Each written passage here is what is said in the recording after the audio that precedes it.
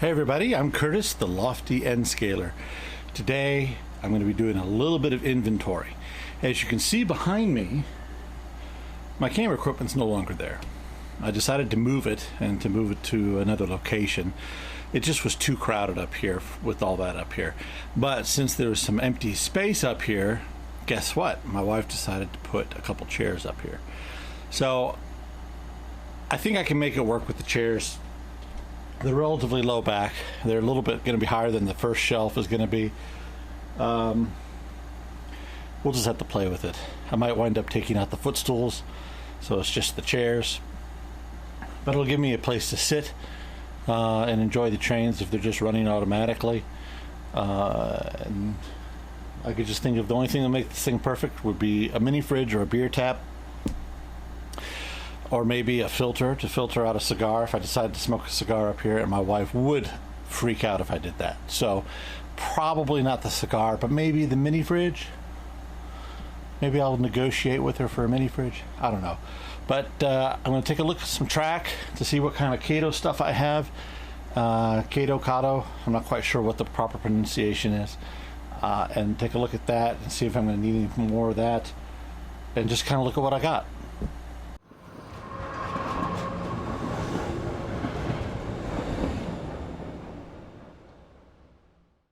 So, remember when I first said in a couple videos ago how I had a bunch of Atlas Code 55 track?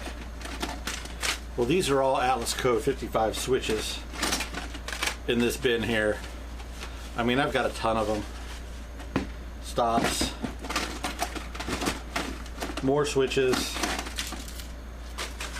And then I've got a bunch of switches that's code 100 N-scale, all of which I'm not going to use. So maybe I'll sell these on eBay. I don't know. I do have some Kato expansion track though, which I do need, which I'm kind of surprised is in here. Usually I'm a little bit better organized than that. Payco switches. I've got a whole bunch of Atlas code 100 switches with motors. More N-scale. Code 55, and you can see the code 55 track. It's pretty nice looking track, very, very fragile. I would have to mount the motors under the layout to come up to switch the routes, which I really don't want to do at this point. So I'm going to try to keep everything that's motorized up on top and just leave the bottom for wiring. So let's go look for another bin. So believe it or not, a lot of the stuff was actually packed up by my wife since I was out of town. So she labeled everything. This is scenery. I don't know what that is.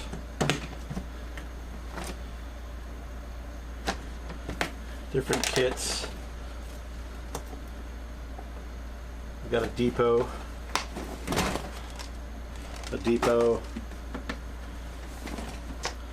Another depot. Coal mine, gas station,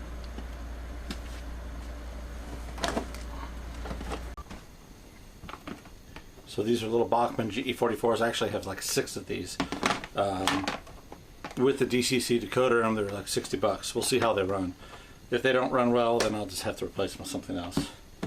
The DCC system that's going to be on this layout, it's actually going to be I'm indecisive. I think it's going to be a Roku or Roku Z21, and I used the Roku Z21 on my last layout, and it worked really well.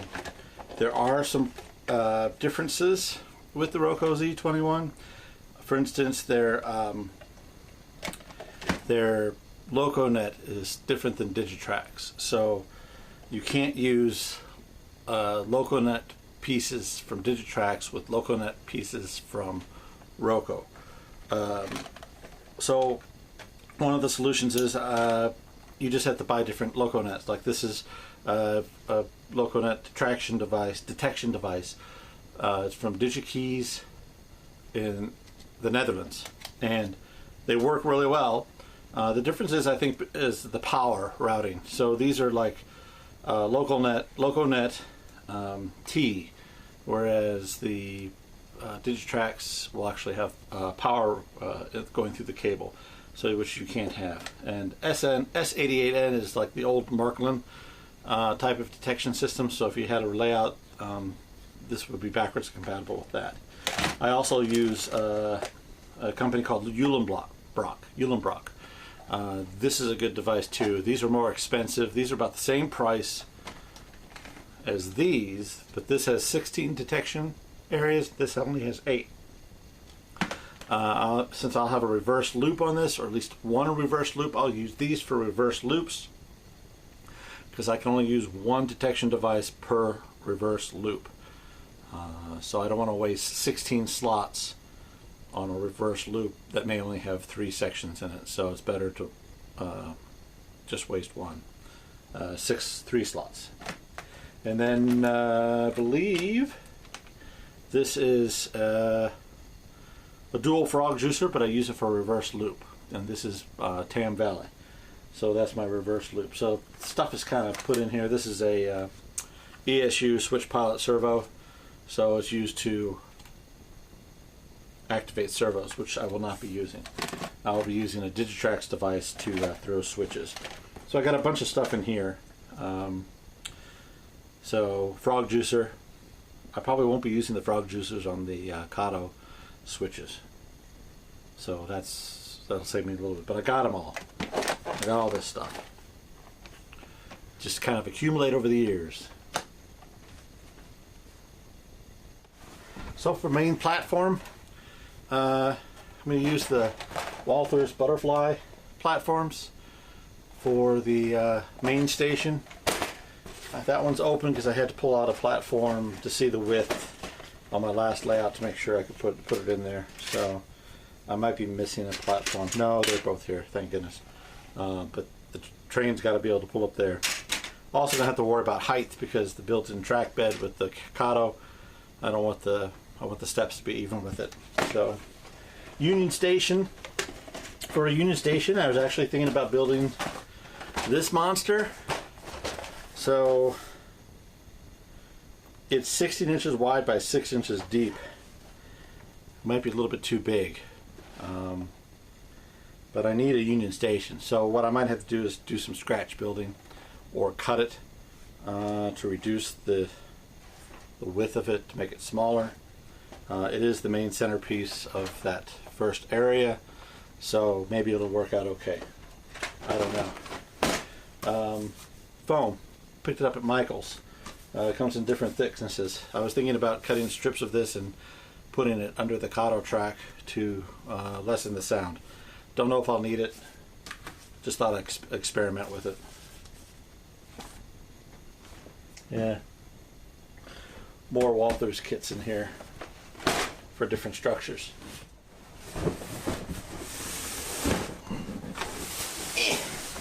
Okay. Kato track. I have no idea what I just did. Okay, so Kato track. Okay, so I got a bunch of double side, which I might use. It's really kind of cool stuff actually. I got a bunch of this stuff. I'm not quite sure why I bought all the double track. I know I had a reason for it. It was probably for my extension on my old layout. Got a ton of this stuff. Did I say I had a few pieces of this stuff? Still got it. Still coming out. Okay. So that's all double. That's concrete. Be good for main line. Switches. I have one Y. Left hand. I have some nice radius here. More radius. I think I have where it goes into super elevated. But I don't know where all the pieces are. They're in this box somewhere. I didn't throw them away, that's for sure. Brand new unit track, but it's for a bridge. I used part of that on the old layout. Concrete, curved. It's supposed to be like concrete pads. Now, I guess it looks okay.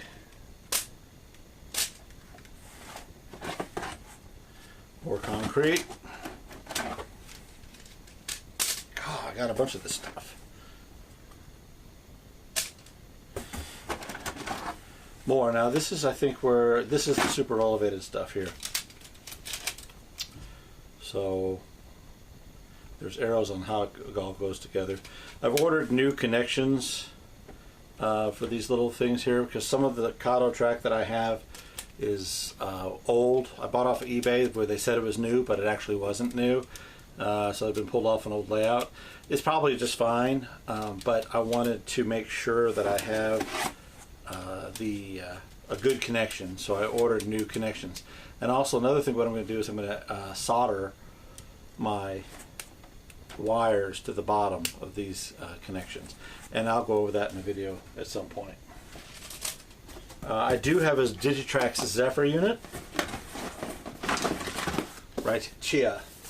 So the Digitrax, actually, with the Roku Z71, I can actually plug this in through the back of the Z71, so I can still use this. This Roku Z71 has what they call a sniffer bus. This would not be the primary, but this would be like a secondary. I could still control all the trains through the Roku system. I could like program lash ups where I have 2 or 3 locomotives or whatever I wanted to do through this, I believe. I've never done it, so it's going to be a learning process if I do it. I like this though because the grandkids could use this. One of the reasons I went with the Roku Z21 is because it's good for kids. It's very visual.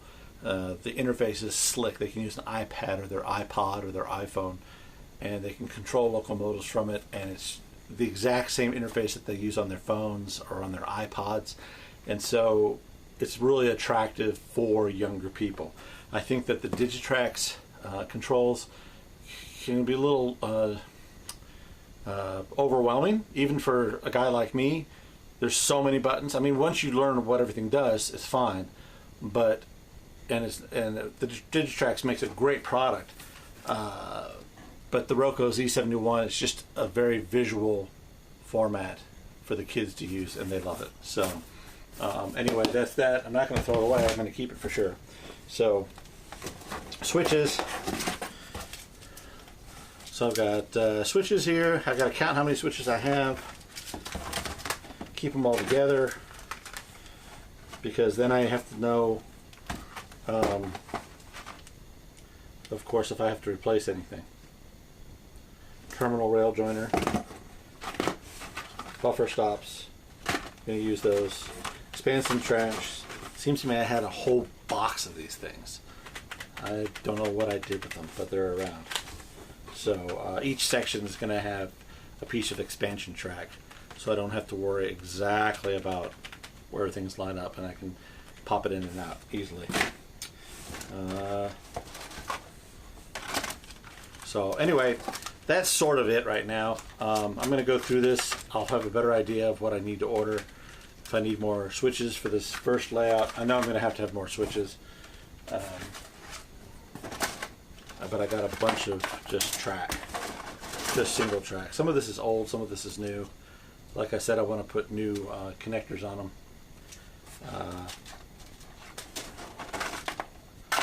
Anyway,